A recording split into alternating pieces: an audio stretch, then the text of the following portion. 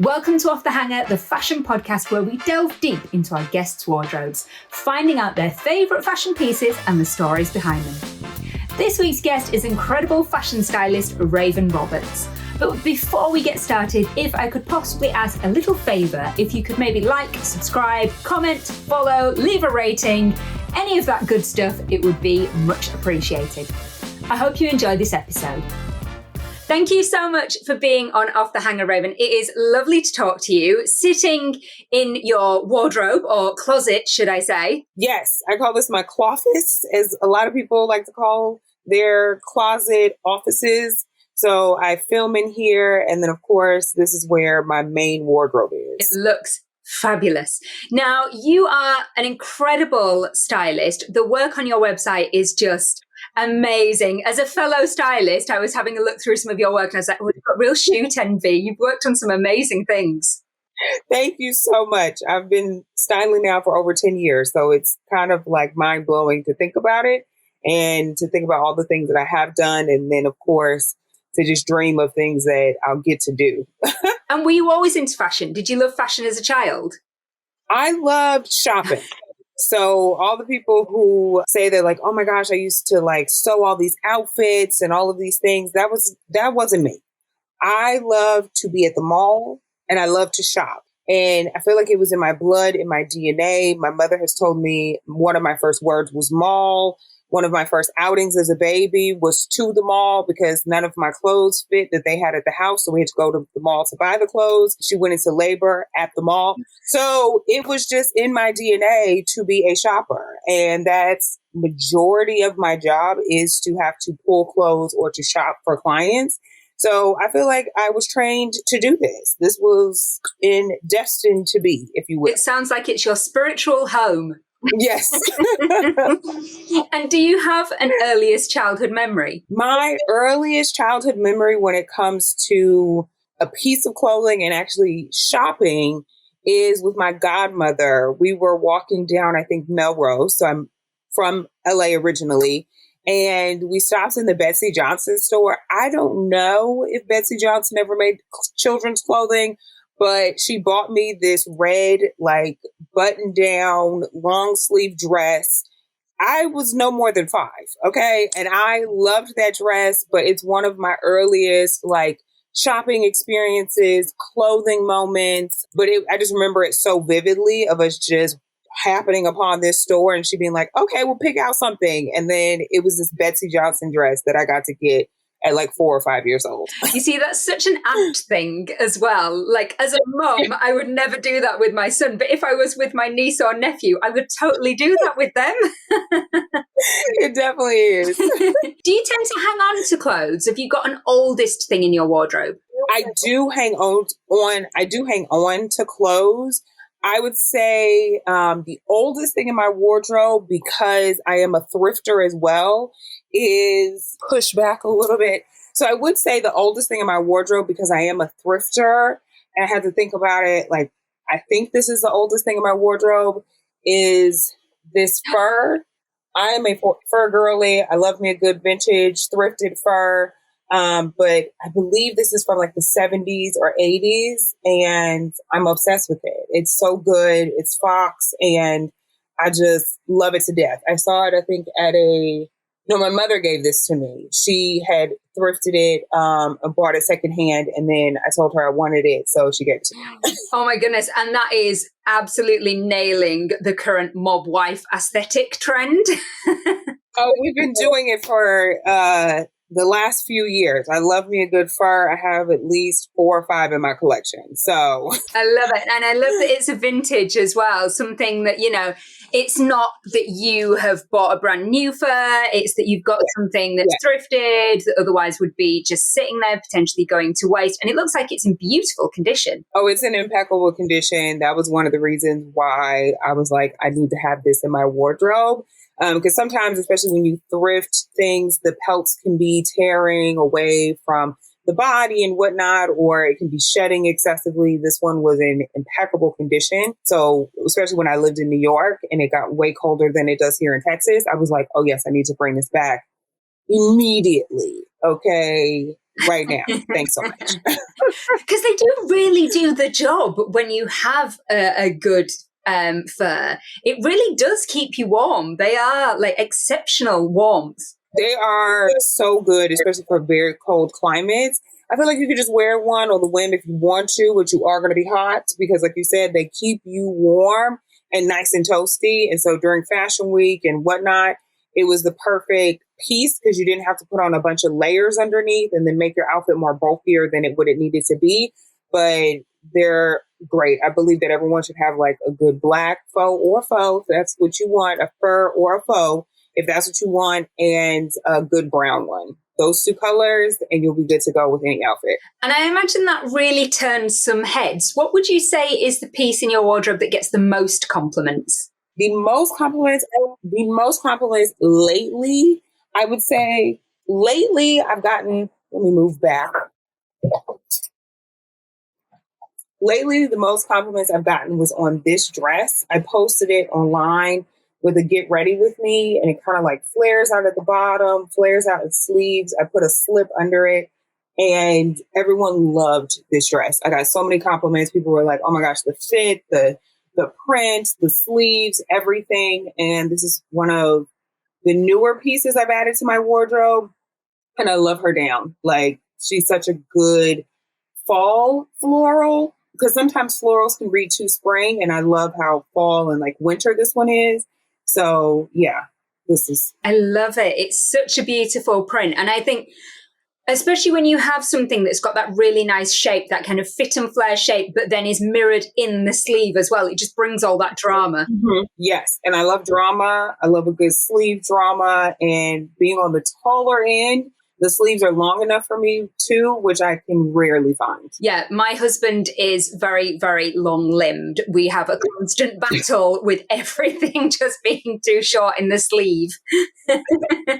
It's the curse we bear, you know. Thankfully, some things can get lengthened, and other things you just got to deal with it. Now, what is the newest piece in your wardrobe? You said that one's quite new. What is the newest one you've got? The newest piece in my wardrobe, I think that's the one I didn't grab. Let me, because it's probably still in my cleaners bin. So let me go grab that really quickly. Again, this is one of the newest pieces because this is from a haul that I did. Because I rarely shop for like one-off things, like, or I get this one thing. So usually I'm doing a lot of shopping. But this here is an Alexis dress, and it has like this ruching on the side. It's a halter neck. I love the print. I got this from a liquidation center as well, so it was an amazing price. And I had been eyeing her for a couple of trips, and it was like, every time I would see her, I'm like, okay, maybe. And then finally I was like, let me grab this dress before it's no longer here. And she fits so well. It does have like a flare at the bottom, so it's fitted in the hips and then flares out. And I really don't have anything with that kind of waistline or silhouette, so I was really happy to get her. But the print and everything is just gorgeous. It's so unusual as well. The pleating's fantastic, the colour, the halter neck. It's just got all those incredible details. And then the fact that it has a print to it as well. I think if you kind of described that without visually seeing it, going, it's halter neck, it's pleated, fits over the hips, it then flares out, it's got print, you'd be like, what is going on with that? But when you see it, you're like, no, I get it. I really get it. It's very cool. Yes. It's definitely one that is not good for, like you said, a descriptive, but you need very much a visual representation. Because when you were talking about it, I was like, yeah, that's a lot in a dress. And then you see it and you're like, oh, wait, no, it's not that much. It actually worked all together. So if you are one of the people who listens to this on Spotify and Apple, do go over to YouTube and then you can actually see it as well, because it looks incredible. What would you say is the most sentimental piece in your wardrobe? The most sentimental piece in my wardrobe was actually gifted to me by my dad. I may have stolen it or asked him for it, but either way, he gave it to me. It's yours now. That's what matters. It's mine now. It is this Levi's. It's kind of, I don't know if this is like what is this called? It's like a flannel lined denim jacket. So he used to wear this fishing and it was too small for him. My dad is like 6'2" now and he was a lot thinner when he was younger, but it was just hanging in his garage. And I was like, well, do you have any old pieces that don't fit you anymore that I can have? And so he gave me this and it has like this really cool, he loves Harley Davidson. So Harley Davidson patch across the back. It's super worn in. It's fraying on the sleeves. It has like, sun damage on it, but it's one of my favorite pieces because it's from him. I will never get rid of this. I just know that there are so many memories in this jacket that he experienced on the boat and whatnot. Like he loves fishing. It's not fishing season right now, so he's kind of like beside himself. But this is my most sentimental piece. I don't wear it as much anymore and I need to start wearing it more, but this will never leave my closet. And I think that's the best thing when you get something that's really worn in. I love it when something looks like it's got a story behind it. It's not perfect. It's not pristine. It's not fresh from the shop. Yeah. There's a tale to that. There's stories. There's places that jacket's been and adventures it's seen. It's just fabulous. Yes. That's why I'm like, I can't ever see myself giving it away just because I know this was his fishing jacket and how much he loves fishing. And it's a piece of him. He won't be around forever, but I can keep the jacket for as long as I can. If it starts to just like deteriorate and turns into one piece of fabric, maybe I'll just hold on to that piece of fabric. But I don't plan on just donating it or giving it away just because. It looks like it's holding up. It looks like it's doing well. I think it'll be still in good enough condition that you can pass it on to somebody else. Yes. That's what I love about vintage clothing. They were made to last, honey. I don't know what they thought they were going to go through, but they are made to last. That's it. Maybe it's something that stems from, that kind of wartime era where it was make, do, and mend. And so they had to have things of such incredible quality because they never knew what it was going to get put through. Yeah. I don't know, because I'm like, everything that's vintage that I get is in very good condition. A lot of things, jewelry, blazers and whatnot, as long as like moths haven't gotten to it, they look like you could have just bought them yesterday. So it's always I love a good rummage in a vintage shop. Bit of thrifting, bit of vintage. I think because it's like treasure hunting. You find the most incredible pieces that nobody else has got. Yes, you definitely can. I love vintage and thrifting shopping just for that reason alone. Now, what would you say is the piece in your wardrobe that most sums you up? I actually wore something today, so I'll stand up so you can kind of see it. Okay, so I am a set girl, and this is a set that I bought a few years back. So I was like, well, let me just wear this because I love a good set.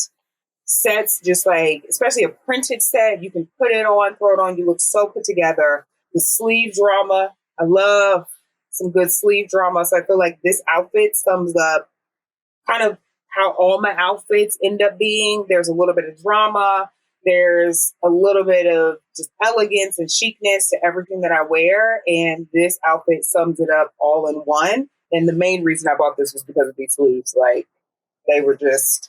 I love the and I love the contrast between the sleeves and the fitted bodice.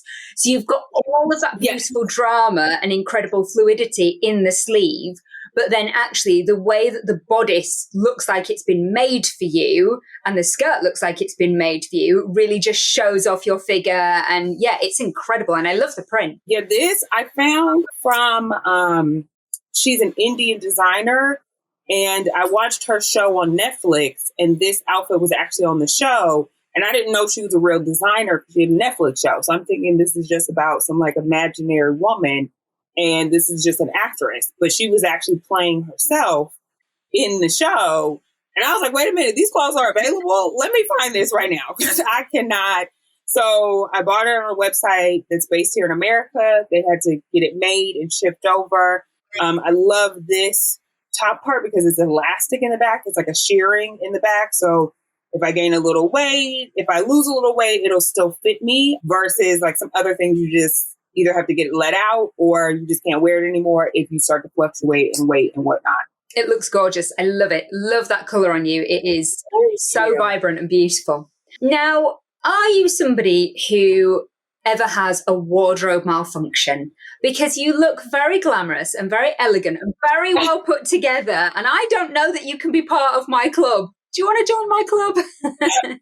I am actually a person who is very like awkward.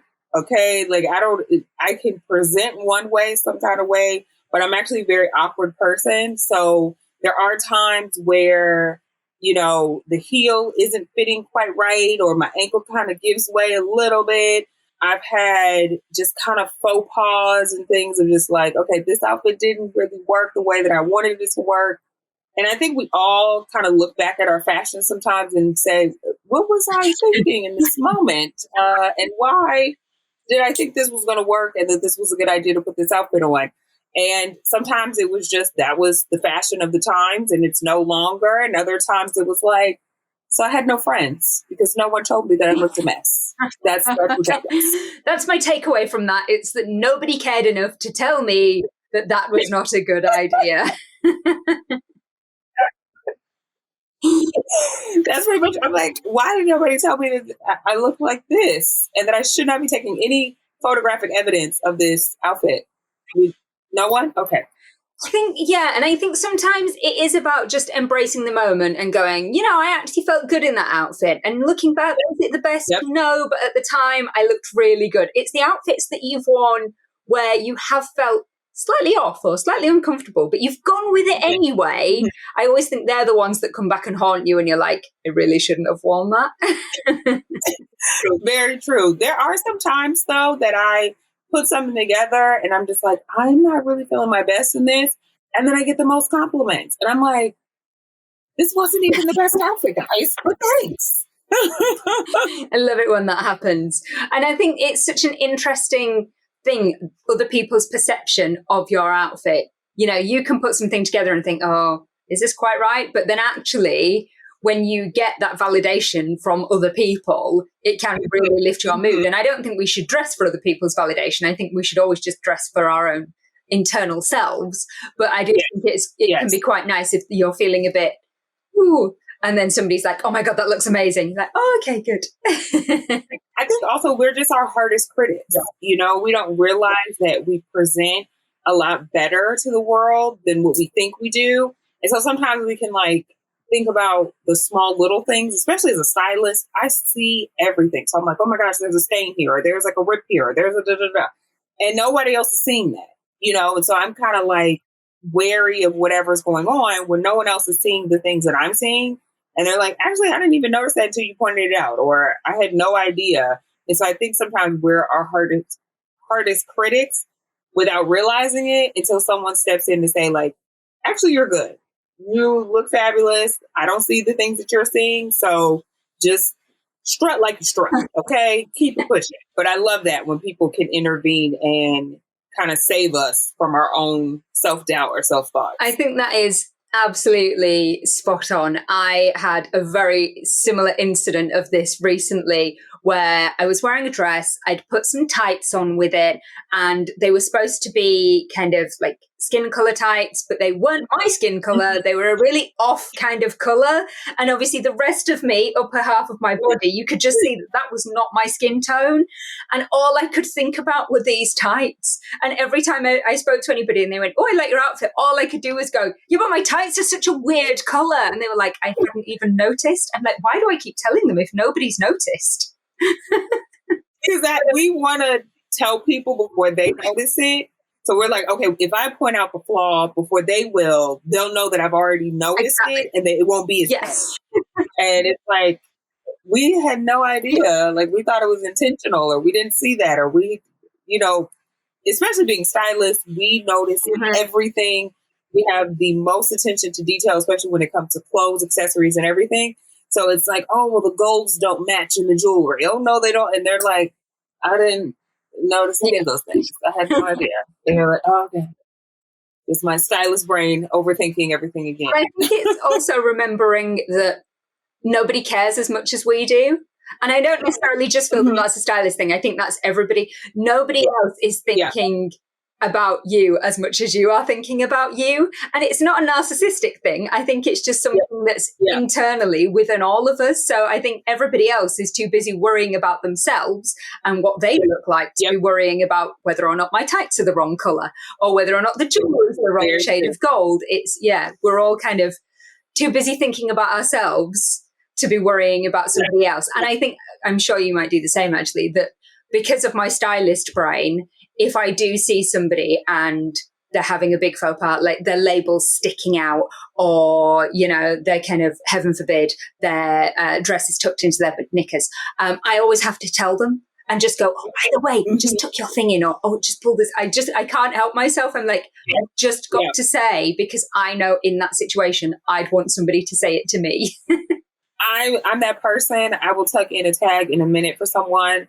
I would just be like, hey, I'm just going to tuck in your tag real quick. And I just tuck it in and they're like, oh, thank you so much. Or, it's those helping points versus pointing out things that are wrong, because I've seen, especially living in New York, I've seen a ton of different styles, a ton of different people wearing a ton of different things that are not always aesthetically pleasing to me.